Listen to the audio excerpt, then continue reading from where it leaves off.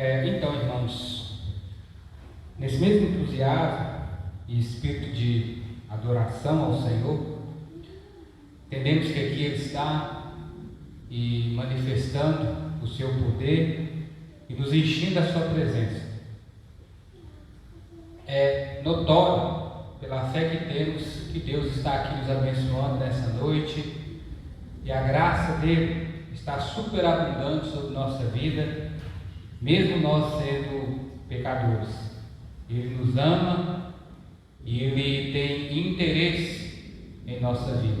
Então que possamos também nos despertar e nos atentar para aquele que é merecedor de todo o nosso louvor, de toda a nossa adoração, aquele que tem que ser reverenciado, aquele que tem que ser primícia na nossa vida, aquele que tem que ser buscado acima de qualquer outra coisa, aquele que tem que ser reconhecido por nós acima de qualquer circunstância, aquele que temos que servir todos os dias da nossa vida, abandonando o nosso próprio eu e vivendo a sua vontade e sendo pessoas santas, principalmente num tempo tão difícil, tão contraditório, onde que até a palavra de Deus é alvo de distorções, de má interpretação e também da maldade, da corrupção do coração da humanidade, onde que tem usado até a própria Escritura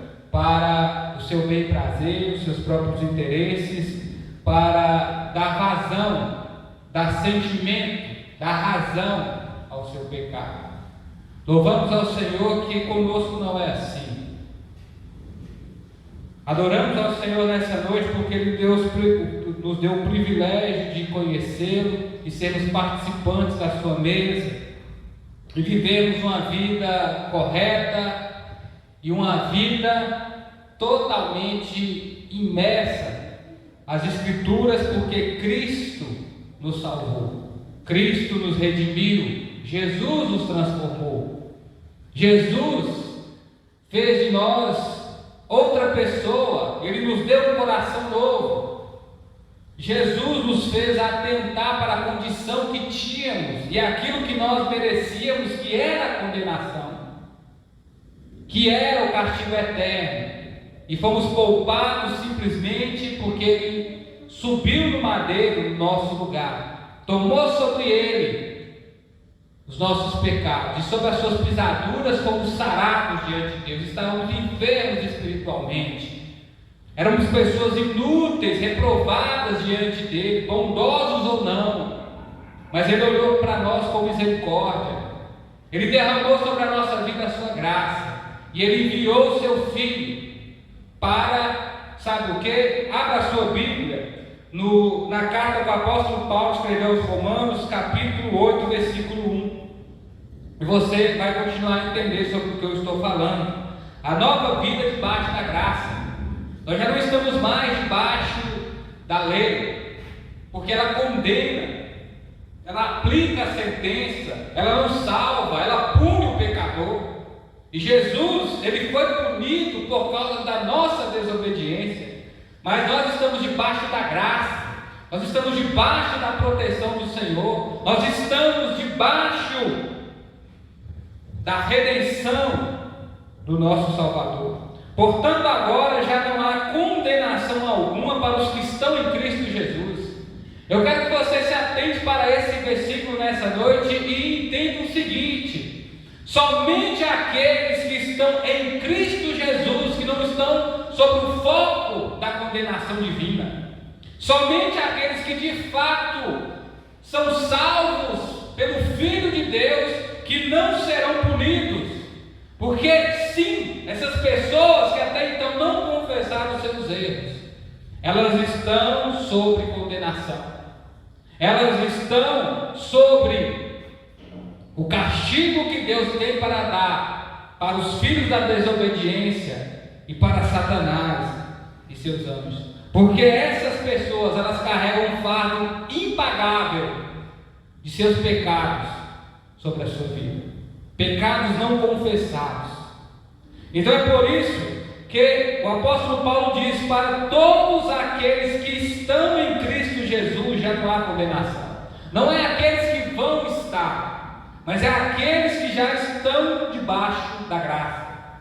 É aqueles que já romperam a separação que havia entre nós e o Senhor por causa dos nossos pecados. Estávamos destituídos de sua glória. Havia um véu nos separando.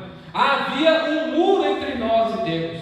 Havia uma fronteira que nos separava daquele que é santo, daquele que não sabe o que é pecado, daquele que não é impuro, daquele que é perfeito. E Jesus rompeu com isso por nossa causa. Jesus sofreu a dor, Jesus sofreu a pena, Jesus pagou a dívida. E a nota, a cédula que era contra mim, que era contra você, Jesus aniquilou lá na cruz, ao consumar o seu ministério. Tetelestai, já está pago. E é por isso que nessa noite temos que passar por essa porta, o único caminho, a verdadeira estrada, porque é Jesus quem liberta. Jesus é a verdade. Se verdadeiramente o Filho vos libertar, verdadeiramente vocês serão livres da morte, do sofrimento eterno, do inferno que já está preparado para todos aqueles que negligenciam a palavra de Deus, para aqueles que vivem sobre o pecado. Irmãos, eu me deparei nesse dia pensando no seguinte: o que é comum para todos nós pensarmos é que, pelo fato de nós sermos pessoas eticamente corretas, talvez você não sabe diferenciar o que é ser ético, o que é ter moral. Vou te explicar. Há muito tempo atrás as pessoas trabalhavam, a nível de exemplo, entre tantos, mas vou abrir um leque nesse, naquilo que nem se chamava supermercado. Era quitanda, depois ficou mercadinho, mercearia, que era naquela época. E aquelas pessoas não tinham uma câmera vigiando elas, e eram pessoas honestas. E por que essas pessoas eram honestas? É porque elas não. Isso não é uma questão de ética, é uma questão de moral. Eu ser uma pessoa de moral é eu fazer aquilo que é certo, mesmo que as pessoas não estão me vendo. Eu não precisar de ter alguém me observando para eu me sentir constrangido e não fazer aquilo. Ser ético é fazer aquilo que a sociedade espera. Ter moral é fazer aquilo que é certo, mesmo que todo mundo faça errado. E moralmente nós estamos falidos diante de Deus, porque nada que façamos pode cumprir a nossa pena e nos livrar da condenação. Por quê? Então, assim, às vezes as pessoas se julgam por ser boas, às vezes por ter uma religião e dogmática, até o cristianismo, e serem fundamentalistas e outros sentidos, estarem ali sendo exemplo nas tradições e até mesmo cumprir com um protocolo de costumes e ter uma vida toda certinha diante daquilo que as pessoas esperam. Elas imaginam como é normal na vida de todos que Deus vai se atentar para essas coisas. Isso é benefício para nós mesmos. Isso são bons resultados para nós mesmos. Mas isso não nos aprova diante de Deus. E aí eu pensei, estava a imaginar o seguinte: diante dessas pessoas boas, diante da humanidade, né, que se julga por suas ações positivas e pela sua generosidade, quem nunca cometeu um pecado? Às vezes, quem nunca brigou na escola? Quem nunca colou na sala de aula? Quem às vezes nunca teve um pensamento profano? Quem nunca contou a mentira, seja sobre pressão, sobre ameaça, sobre desespero, sobre tensão, sobre terror, sobre medo, sobre acusação? Quem nunca fez isso?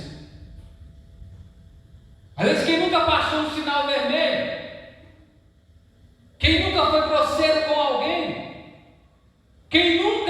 se for por um instante odiou alguém, a pessoa não podia ter feito isso comigo. Essa pessoa não poderia ter feito esse tipo de acusação para mim. A pergunta que eu faço é, diante disso, dessas colocações que de repente não são as suas, talvez você se autoavaliou, então assim, continue a fazer essa autoanálise, mas pelo foco do Espírito. Examine o seu próprio coração aqui nessa noite e pensa, não, eu tenho também os meus erros, mas eles não são confessados.